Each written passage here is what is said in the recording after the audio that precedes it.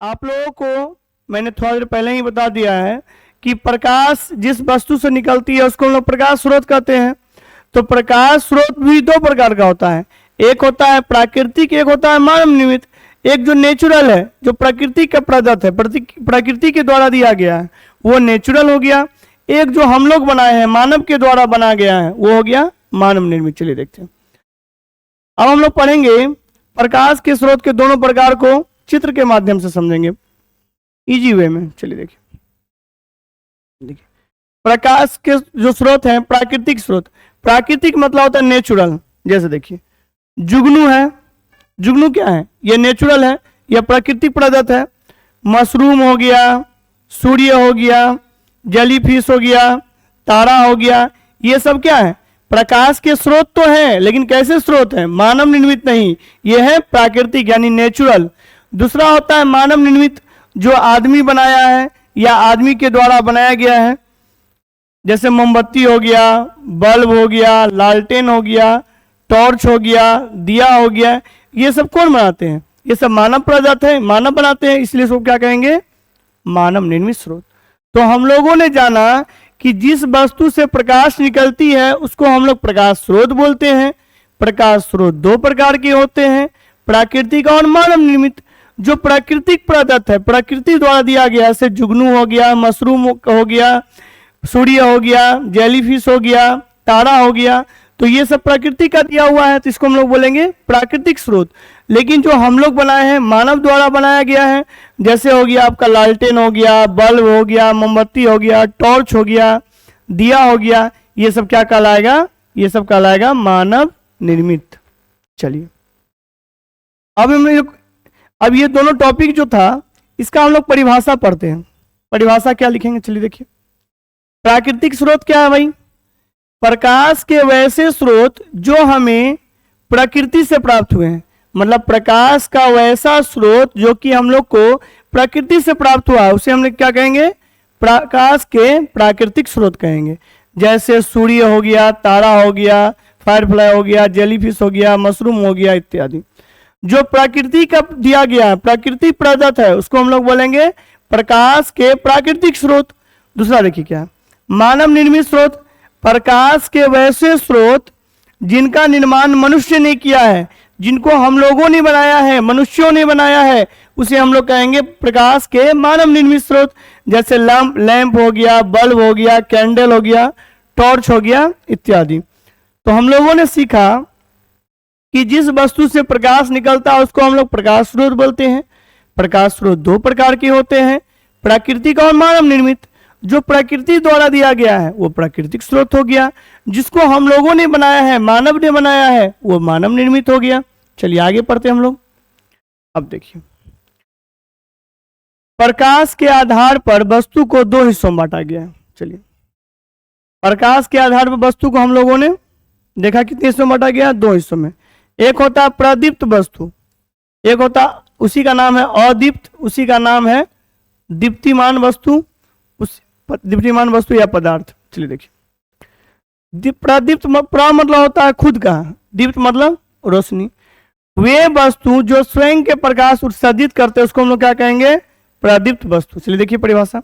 वे वस्तु जो स्वयं का प्रकाश उत्सर्जित करते हैं उसे हम क्या कहते हैं? प्रदीप्त वस्तु। मतलब वे वस्तु जिसको खुद का रोशनी होता है, खुद का प्रकाश उत्सर्जित करते हैं, उसे हम लोग कहते हैं प्रदीप्त वस्तु। जैसे सूर्य हो गया, बल्ब हो गया, मोमबत्ती हो गया, जुगनू हो गया इत्यादि। ये सब क्या है? ये है आपका प्रदीप्त वस्तु। यानी वे वस्तु जो खुद का प्रकाश उत्सर्जित करते हैं उसे हम लोग कहते हैं प्रदीप्त वस्तु। और दूसरा क्या है? दूसरा है अप्रदीप्त वस्तु। देखिए क्या है अप्रदीप्त वस्तु? क्या है? देखिए वे वस्तुएं देखिए वे वस्तुएं जो प्रकाश उत्सर्जित नहीं करती, मतलब वे वस्तु जो प्रकाश उत्सर्जित नहीं करती लेकिन हाँ प्रकाश की उपस्थिति में हमें दिखाई देती है, उसको हम लोग क्या कहेंगे? अप्रदीप्त वस्तु। जैसे लाइट कट जाएगा तो बोर्ड भी दिखाई नहीं देगा, पूरा अंधेरा हो जाएगा, दिखाई नहीं देगा, लेकिन जैसे लाइट पड़ेगा तो बोर्ड दिखाई दे देगा, हम दिखाई दे देंगे आपको। और कोई भी, अगर आप मानिए अंधेरा रूम में गए, कुछ दिखाई नहीं दे रहा, लेकिन जैसे लाइट जलेगा सब दिखाई दे देगा।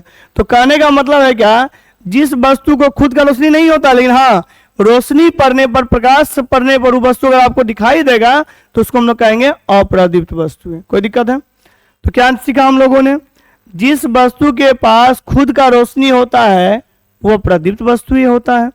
जिसके पास खुद का रोशनी नहीं होता, लेकिन हाँ प्रकाश पड़ने पर वो अगर दिखाई देगा तो वो अप्रदीप्त वस्तु ही होंगे। चलिए आगे देखिए, अगला है प्रकाश के गमन के आधार पर पदार्थ तीन प्रकार के होते हैं।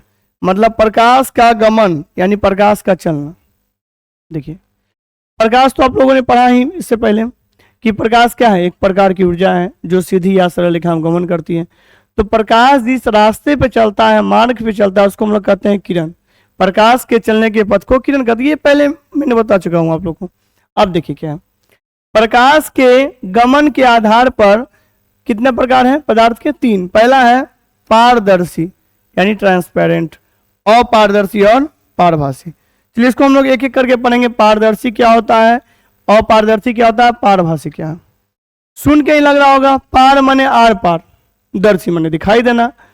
पार मने आर पार, दर्शी मतलब दिखाई देना। वे वस्तु जिसका आर पार दिखाई देगा उसको हम लोग क्या कहेंगे? पारदर्शी। तो इसको हम लोग जानते हैं परिभाषा के बारे में। चलिए देखिए, पारदर्शी पदार्थ क्या है? वैसे पदार्थ जिनसे होकर प्रकाश आसानी से पार कर जाता है उसको हम लोग क्या कहते हैं? पारदर्शी। या दूसरा तरीका से अगर लिखना चाहे तो वैसे पदार्थ जिनके आर पार साफ साफ दिखाई देता है उसे हम क्या कहते हैं? पारदर्शी पदार्थ कहते हैं। यानी वैसा पदार्थ जिनके आर पार आसानी से दिखाई दे उसको हम लोग क्या कहेंगे?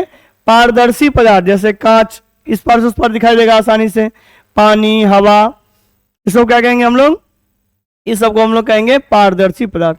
मतलब वैसा पदार्थ जिसका आर पार आसानी से देखा जा सके उसको हम लोग कहेंगे पारदर्शी पदार्थ। चलिए आगे, आगे है अपारदर्शी।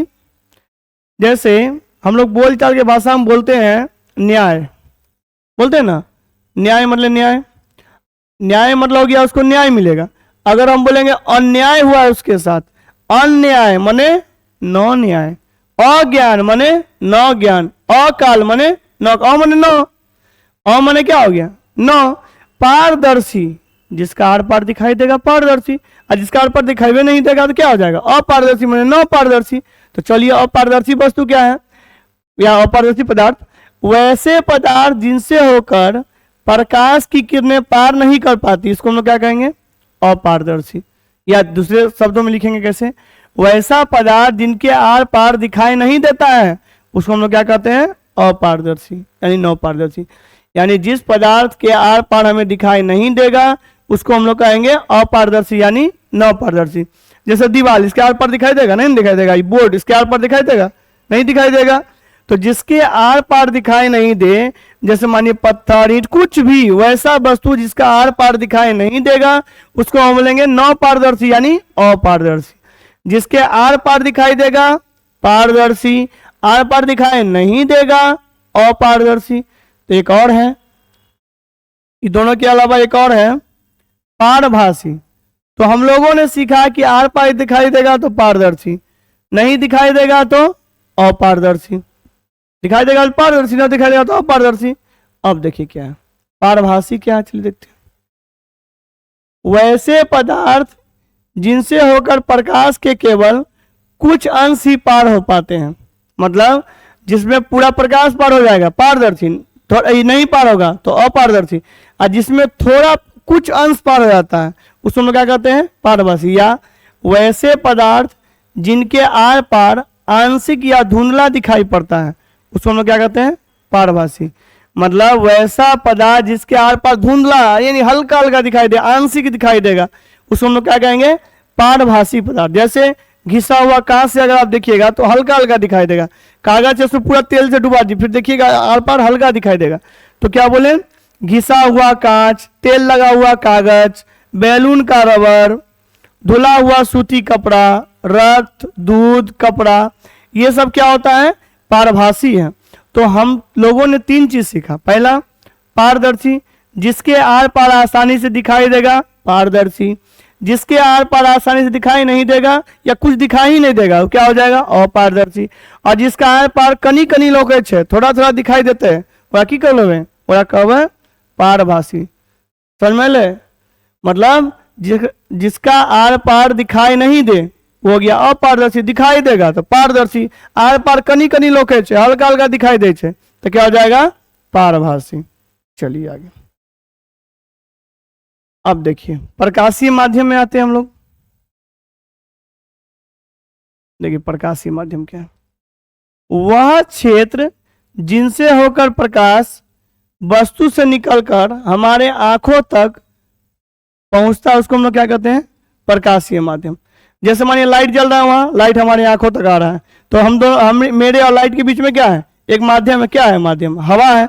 तो हवा हो गया, जल हो गया, वायु हो गया, अल्कोहल हो गया, ये सब क्या है? प्रकाशीय माध्यम। तो वह क्षेत्र जिनसे होकर प्रकाश वस्तु से निकलकर हमारे आंखों तक आती है उसको हम लोग क्या कहते हैं? प्रकाशीय माध्यम कहते हैं। चलिए आगे देखते हैं। प्रकाशीय माध्यम दो प्रकार का होता है, समांगी और विषमांगी। पूछेगा ऑब्जेक्टिव में कि प्रकाशीय माध्यम कितने प्रकार का होता है? प्रकाशीय माध्यम दो प्रकार का होता है, समांगी और विषमांगी। चलिए आइए देखते हैं इसको हम लोग, समांगी और विषमांगी को। चलिए देखिए समांगी को। देखिए समांगी माध्यम क्या है? यह एक ऐसा माध्यम है जिसके प्रत्येक भाग का गुण और बनावट एक समान होता है। मतलब इसमें क्या होता है? प्रत्येक भाग का गुण और बनावट एक समान होता है, उसको हम लोग क्या कहते हैं? समांगी मिश्रण कहते हैं। मतलब जल, कोई भी जल लीजिए, जल लीजिए या कांच ले लीजिए, तो इसका बनावट क्या होता है? एक जैसा होता है, तो ये क्या हो गया? समांगी मिश्रण हो गया। यानी एक सेम हुआ तो एक जैसा हुआ ना, तो एक जैसा हुआ तो समांगी मिश्रण। विसमांगी यानी अलग अलग। यानी यह एक ऐसा माध्यम है जिसके प्रत्येक भाग का गुण और बनावट एक समान नहीं होता है, उसको हम लोग क्या कहते हैं? विषमांगी मिश्रण। जैसे विभिन्न, मतलब जैसे गर्म और ठंडी हवा का मिश्रण, जैसे गर्म और ठंडा हवा का मिश्रण, दोनों अलग अलग चीज है। जैसे क्या है? कैल्साइड हो गया और आपका एक और होगा कैल्साइड इत्यादि। तो कहने का मतलब है क्या? ऐसा माध्यम जिसका प्रत्येक गुण एक समान होगा वो आपका कहलाएगा समांगी मिश्रण, और जिसमें दोनों अलग अलग होगा वो क्या कहलाएगा? विषमांगी मिश्रण।